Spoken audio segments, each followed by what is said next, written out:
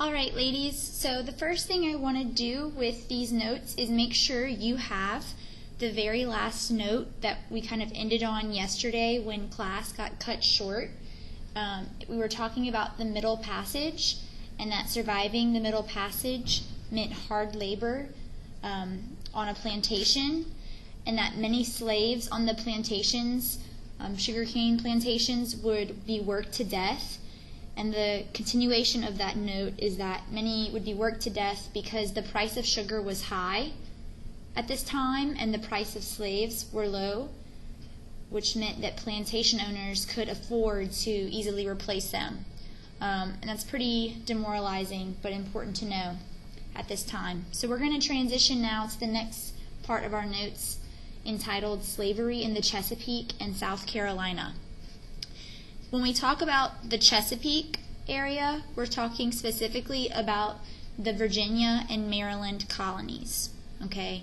Whereas South Carolina will be separate from that. So the Chesapeake consists of the Virginia and Maryland colonies. As the slave trade increased in the British colonies, planters in Virginia and Maryland began to import more and more slaves.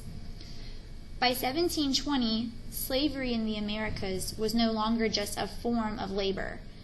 It was considered more of a social order, defined in racial terms, which meant that being African American meant more than being just a laborer. It meant being inferior and being a slave specifically. Conditions for slaves in the Chesapeake, what two colonies are that again? Very good, Virginia and Maryland. Okay, conditions for slaves in the Chesapeake were less severe compared to the conditions for slaves living in the West Indies. If you remember, the West Indies primarily produced the crop of sugarcane, but in the Chesapeake region we have tobacco farming, and tobacco farming was not as physically demanding as sugarcane. Also, tobacco market had kind of suffered a crash at this time. So tobacco was no longer in high demand, which means profits are low, and the tobacco farmers living in Virginia and Maryland can't afford to replace the slaves, so they're going to be treated a little bit better because of this, because you want to keep your slaves in good health in order to continue to produce more profits. Some planters tried to increase their workforce in this region through reproduction. So they would actually, go out of their way to purchase female slaves to reproduce, and the owners would actually look after pregnant slaves and their children. Now, compared to the Chesapeake, slaves living in South Carolina will be treated much more poorly. South Carolina was settled by wealthier settlers with more money to establish crop or cattle farms, and they can afford more slaves. In South Carolina, rice became the cash crop. And this is because when slaves were brought in, they were brought in with the knowledge of how to plant and harvest and process rice, because rice was a good that originated in the East, in the Old World. So they kind of brought the knowledge of how to farm rice with them when they came to the British colonies. But when you grow rice, you actually, some people don't know this, but you grow it kind of in the water. And so the slaves had to work in mud and unsanitary water. There were mosquitoes.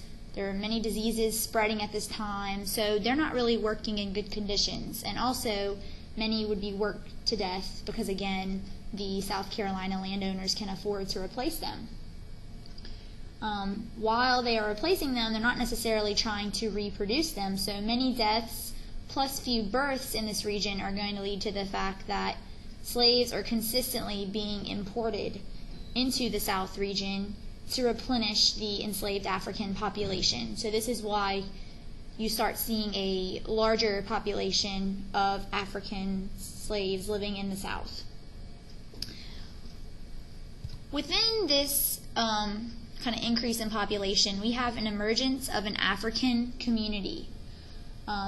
Planters did try purposefully to keep the African population diverse, meaning kind of taking their slaves and purchasing slaves that were from different areas of Africa, think about why they would want them to be from different lands in Africa. They're trying to prevent a rebellion because if you were from different areas in Africa, then you probably had different languages. And so they're trying to prevent the African slaves from being able to communicate with each other, because if they get to talking and plotting with each other, they would more than likely be able to overthrow you, and you would not be able to understand what they were saying. So it was their goal to keep the Africans kind of diverse, but this is not necessarily going to happen. These barriers will be broken down by the slaves. In South Carolina, Gullah is a language that develops. Gullah is spelled Gullah. It is a language that develops as kind of a cross between the English and African language. Well, multiple African languages, really. There's not just one, but this blending of the languages is going to allow Africans to communicate with each other. It gives them a connection with their ancestry. It allows them to have conversations with other Africans that white planters are not going to understand. In the Chesapeake, slaves here are going to actually learn how to speak English because there are many American-born slaves. So they're going to grow up and not be born in an African-speaking country, but be born in the Americas where English is being spoken. Another aspect of African community was family. There's very strong family ties between the African slaves, even though many of them could be separated at any time because the slavery and the slave market meant you were constantly buying and selling slaves. Slaves also had their own culture.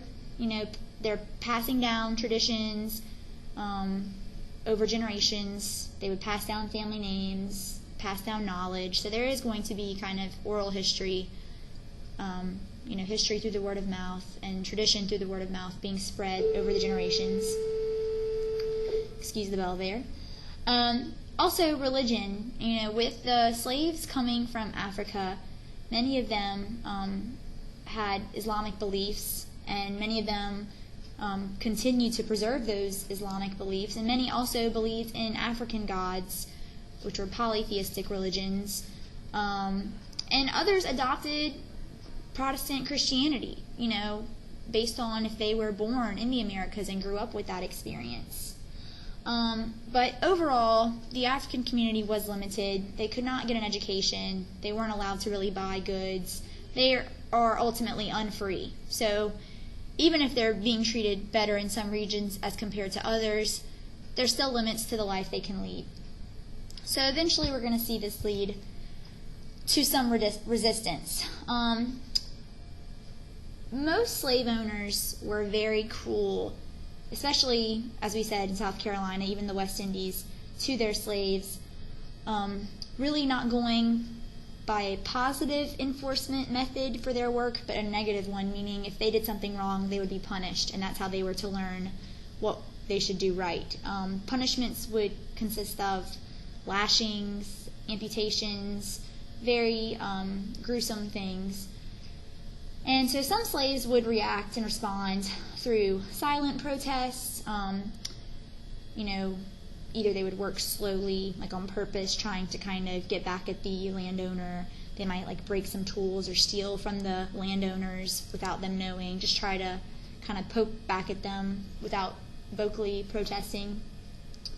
Others would react more violently and try to assault their owners, and some even planned rebellions. And the rebellion we need to know about is the Stono Rebellion. The Stono Rebellion originated... Please evacuate all buildings. Please evacuate all buildings. Okay, I'm not quite sure what that means. But I want you to know that the Stono Rebellion originated in South Carolina. That's where this is going to occur. And in 1739, the governor of Florida, who is currently owned by Spain, is going to offer freedom to slaves in Florida if they can get there. So there's this incentive to try to make it to Florida. We can gain our freedom. Any faculty staff on campus, please go out where the girls are and just help us supervise. Thank you. All should evacuate the building. Okay, we're going to continue with this. I know there's a lot of distraction. I'm basically here after school, so stay with me for a quick second. I'm going to go outside so I can finish this and not have to restart. If anything, this makes your screencast that much more entertaining.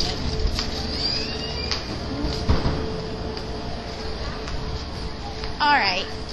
We're going to shut this down, and I'll try to pick up with the second half in a second, ladies.